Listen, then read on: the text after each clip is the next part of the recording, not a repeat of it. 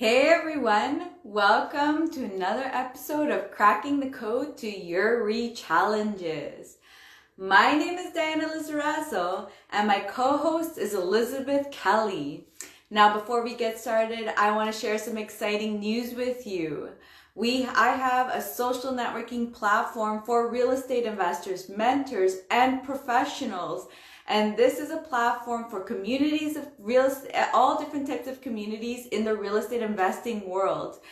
And specifically, if you want to share problems that you have and you want to be in a safe community, then we have a specific group. It's called the Think Tank.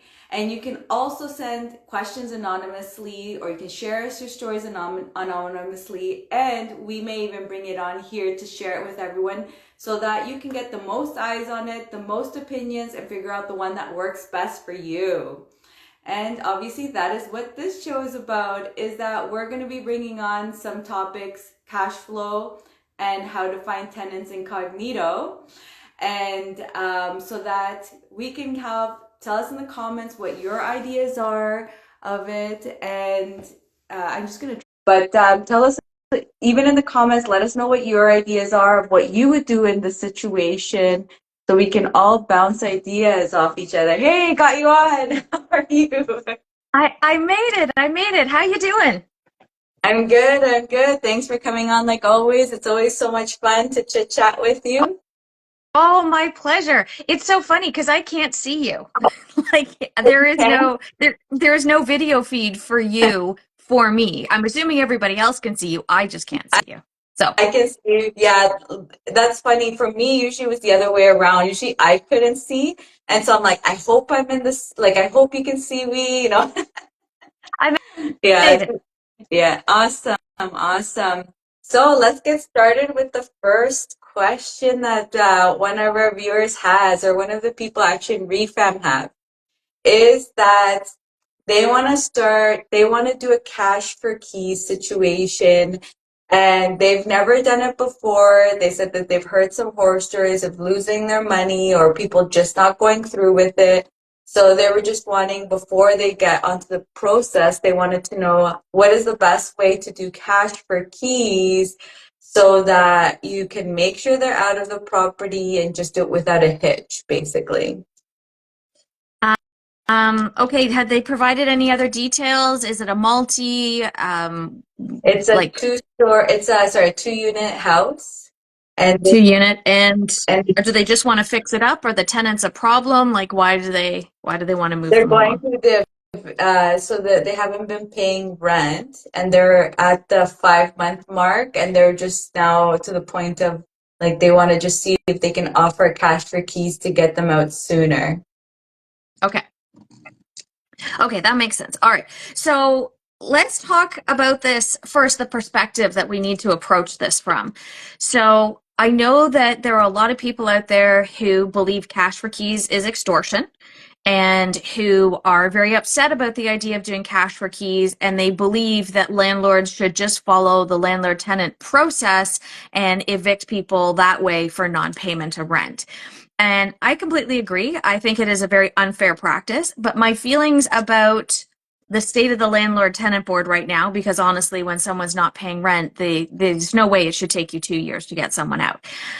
Putting all of that aside and assuming that you decide you want to go ahead with cash for keys, this should be a business decision. This should be strictly based on numbers. And you calculate, if you're 5 months in and you think there's going to be another 8 months or 10 months before you get your hearing, and then another month to get your paperwork, and then another 8 weeks to get the sheriff in, that's typically the number that you're going to be looking at, that it's going to cost you in terms of it just having it sit there. During that period of time, there's likely going to be utilities that fall behind. There's likely going to be increased damages to the unit, disruption, all the other things. So in my mind, cash for keys is actually a business decision. And I look at how much it would cost me to keep them versus how much I can afford to offer them if they were to leave in the future. So that numerical number, it's going to be different for everyone. It's going to be different in every situation. But typically, I'll start by offering maybe 2 months of rent.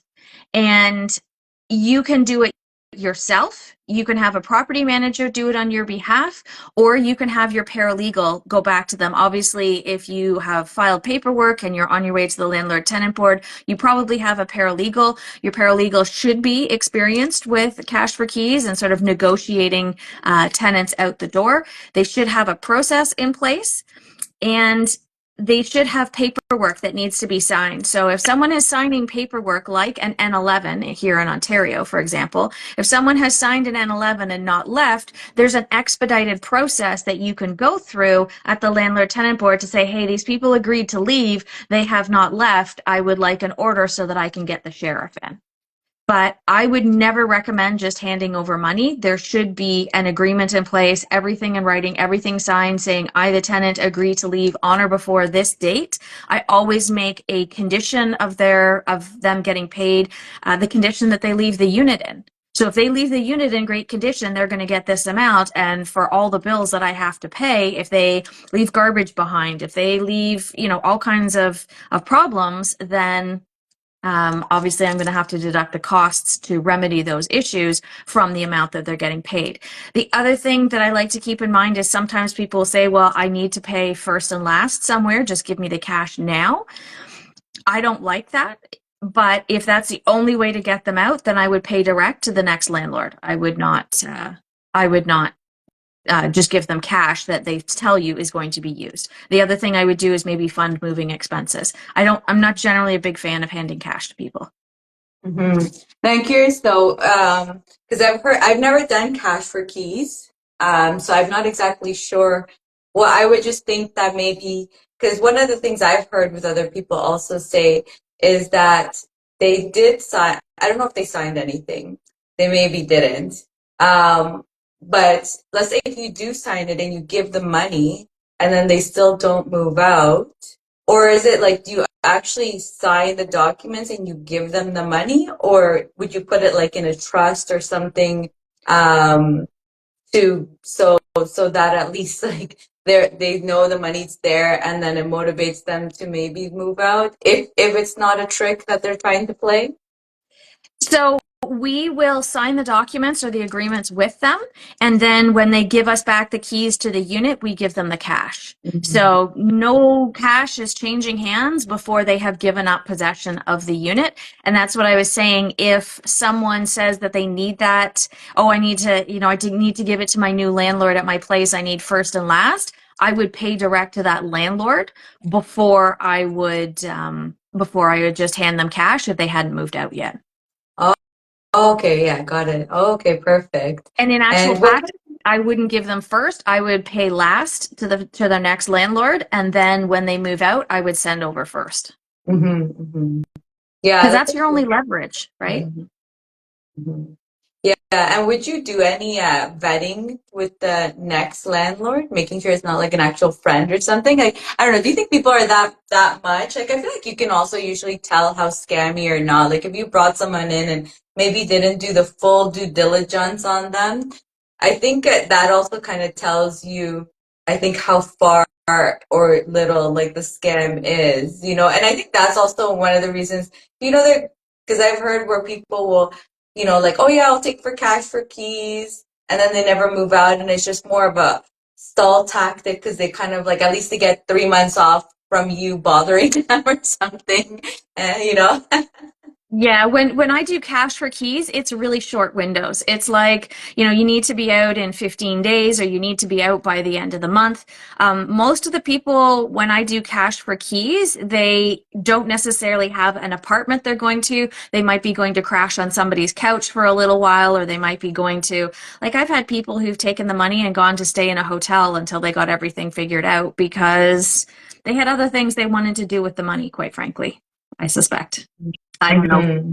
for sure because I don't know, all the ins and outs of everybody's lives. But yeah, in my world, no money changes hands. Always get agreements signed and no money changes hands until you have keys in your hands. And they have to say, like, I gave up possession of the unit. The first thing I do is I go in and take photos everywhere and document the condition that the unit was given back to me. And I never want them to be able to say that, like, I forced them out of the unit or I held their belongings hostage or anything like that. Yeah, that's a great point, and that's great to clarify because I have heard people will either give the money in advance and they just pocket it. Yeah. Actually, I think when I went to the landlord tenant board, I said like maybe a month ago now. One of the people was that they gave them money, and so they had to say like, why do you still? They were telling the tenant, why do you still have that money? Can't remember what it was for, but it wasn't a cash for key situation. I think it was something else. I can't remember now.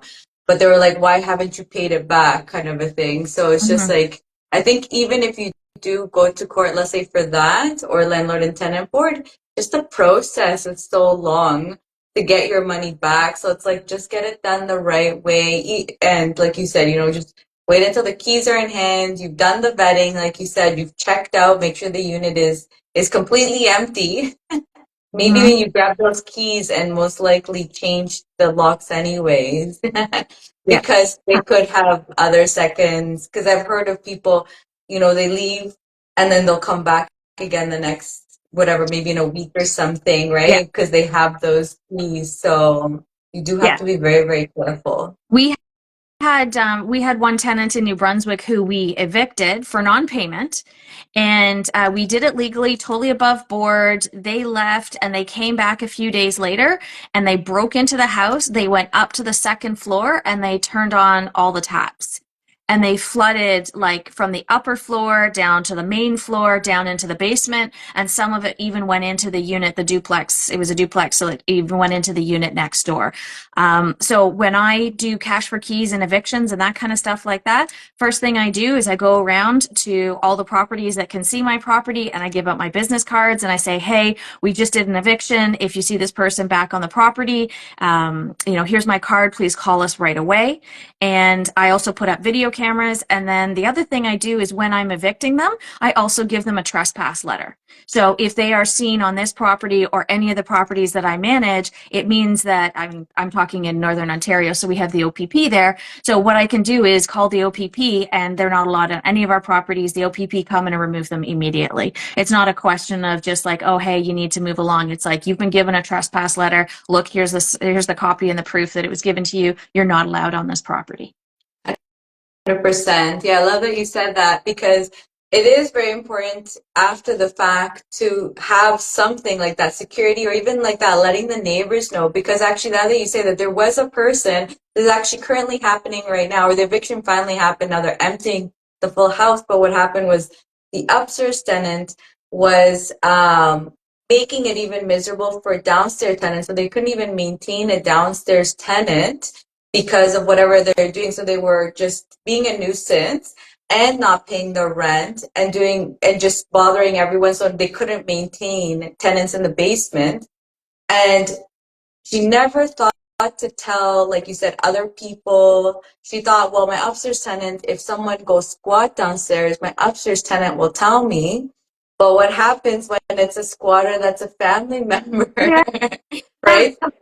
So those neighbors and security cameras are definitely having somewhere outside is definitely a good idea because you never know. The squatter could also be a tenant friend, or again, some people are very, very vindictive. Like you said, like they get upset and they just want to destroy your place, Mhm. thinking that you're rich and you can just probably sustain it and they might as well make you lose money. I don't know what their thought process is.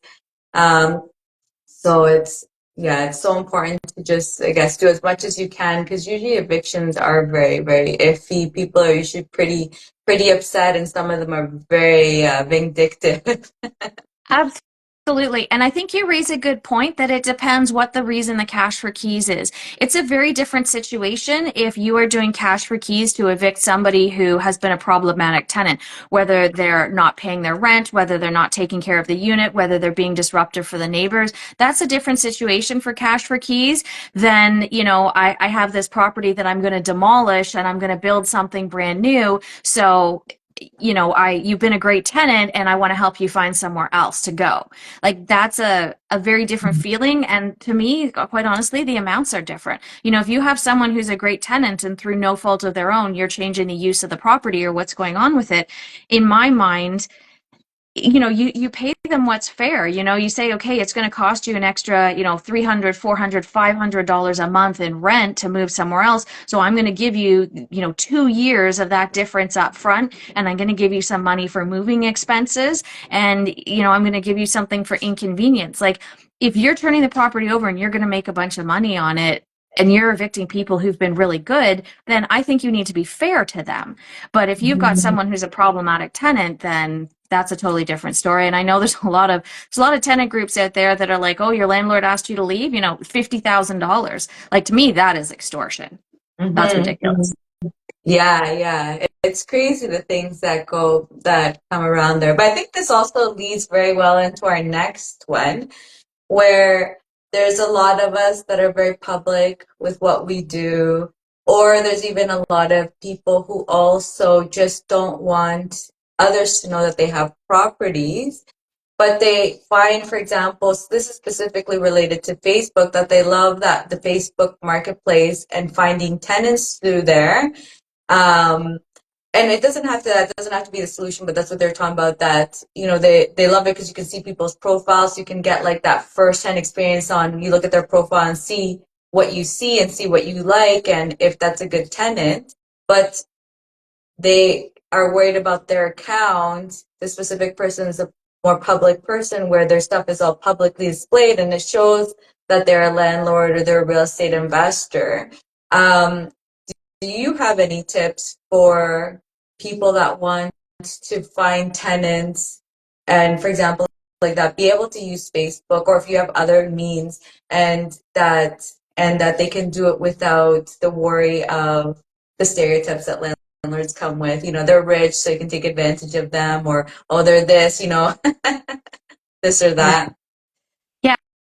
And the funny thing is, I mean, landlords are struggling more now than they have in the past, right? Like, landlords have quite honestly borne the brunt of the majority of the increases in property taxes and utility bills and insurance. We've borne the brunt of a lot of these increases in the last 4 years. So there are some landlords who are in some pretty distressing positions right now through very little fault of their own.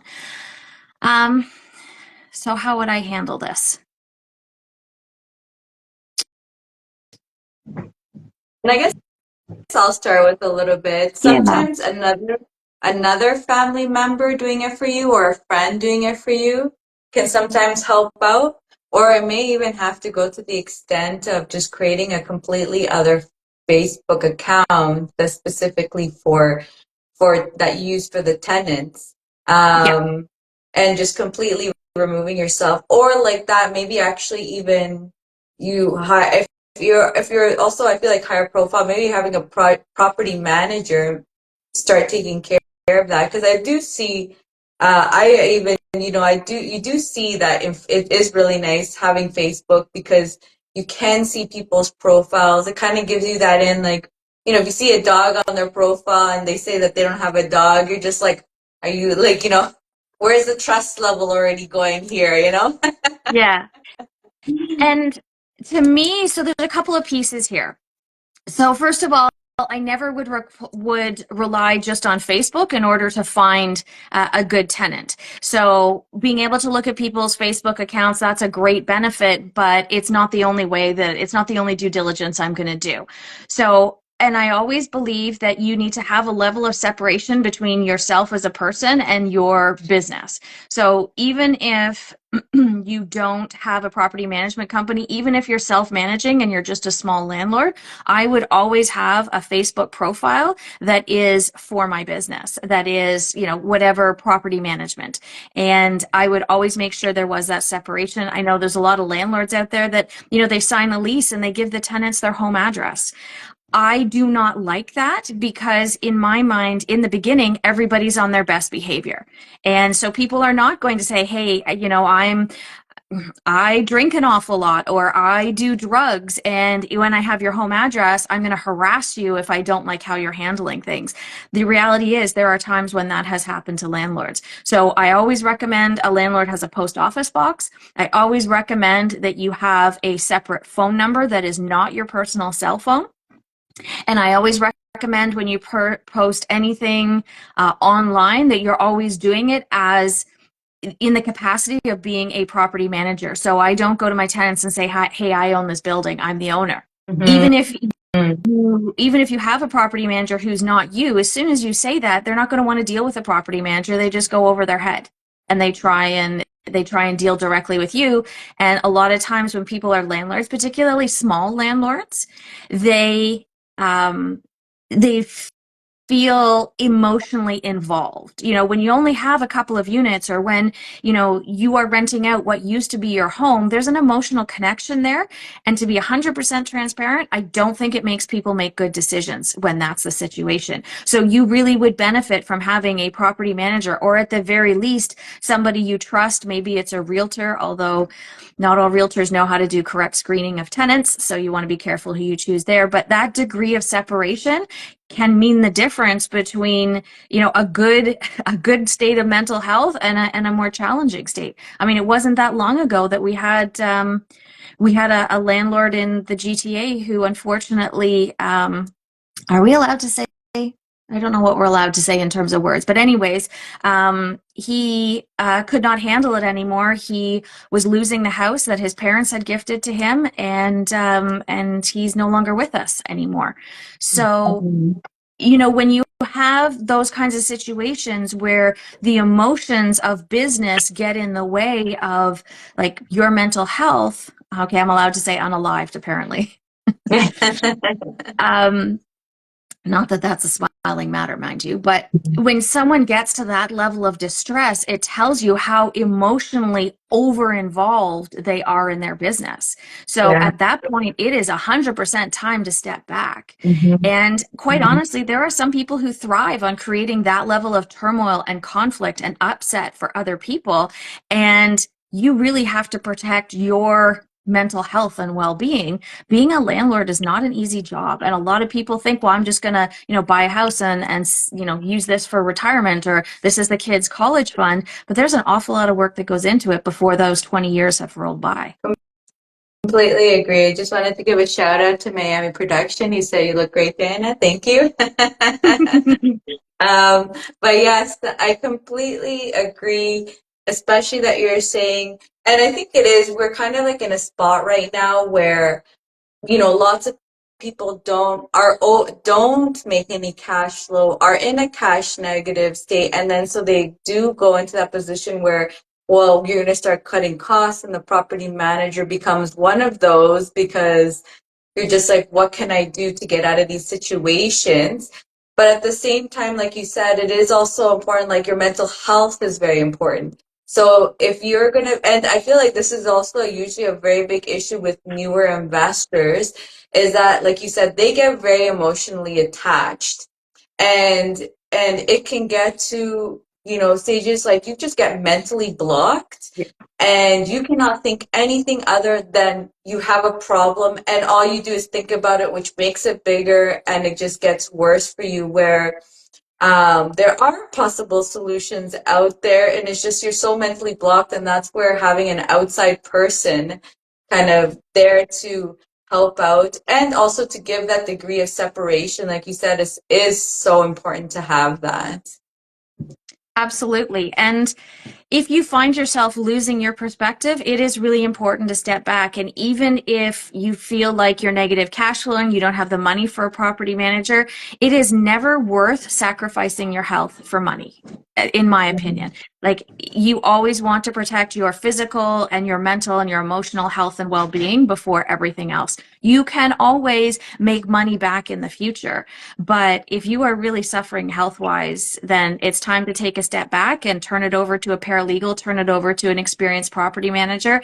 They deal with this stuff all the time. I was talking to one of my coaching clients this morning. I helped her start a property management company a couple of years ago. She's doing a fantastic job, but you know, she and I were talking about what our capacity is to be able to withstand stress and pressure and conflict and confrontation. And we're just built differently now than we were before. I mean, I had a property management company for 15 years. Like, the stuff that upsets other people doesn't even faze me anymore. Yeah, And it's funny to look back, I remember I used to look back at myself and I remember the things that I used to get upset about. Yeah. And now I'm just kind of like, I laugh at myself. I'm like, you're so silly. Like, you're looking back to old Diana, you're so silly, like that's like nothing. Yeah. Yeah, it's like you think back to like tests in grade 8, right? When you were in school and you're like, I remember being really stressed about this test, or even, in high school, I remember getting really stressed. And you think about what you've been through now, your capacity expands. So if you are Mhm. someone who is struggling right now with your emotional capacity and you have a problem tenant, please reach out to a paralegal. They deal with this stuff all the time. They should have systems, they have processes, they should be able to protect you. So take advantage of that and don't worry about a few dollars here or there. Consider it an investment in your future. 100%. And yeah, I think you summed it up very well. It's your health is more important, and I loved actually just to recap basically the response for being able to be incognito because I think it's also great that you said not sharing that you're a landlord and just them thinking that you're a property manager if you're having to go that route because like that a lot of landlords are having a lot of tough times. And like you said, so on Facebook, creating a separate page or profile or something, probably actually a page is better, yeah. Yeah. That you can use to be able to advertise tenant leases so that you don't have to worry about your specific account, especially like that. There's a lot of us investors that do promote a lot of advice or opinions of being a real estate investor. And obviously sometimes we don't want, because then that also comes with the prejudgments that maybe we're very, very rich people and, and that it's like they can take advantage of us. And it's like, no, we're just normal people, but our business is investing. Yeah. And the reality is a lot of people, in order to invest in properties, and especially when you're just starting out, you're taking a lot of what you have. You're taking your financial reserves. You're putting everything that you have into the down payment and the closing costs for this property. So most landlords, particularly in the first 5 to 10 years that they own investment property, they are asset rich and cash flow poor. So a lot of landlords are in a situation where everything they have is in this property and they're counting on the success of it. And I think a lot of people just assume, like you said, that, landlords, in order to buy property, you must be rich. Well, no, there's a ton of landlords out there who just make a lot of sacrifices in the short term because they're looking for the long-term gain. Yeah, exactly. It's usually about that future, right? We want to have that Yeah. easier future in the end. So right now, maybe things aren't easy as people think they are. Yeah. We are working for what we want. It's just our goal is what we're striving to get.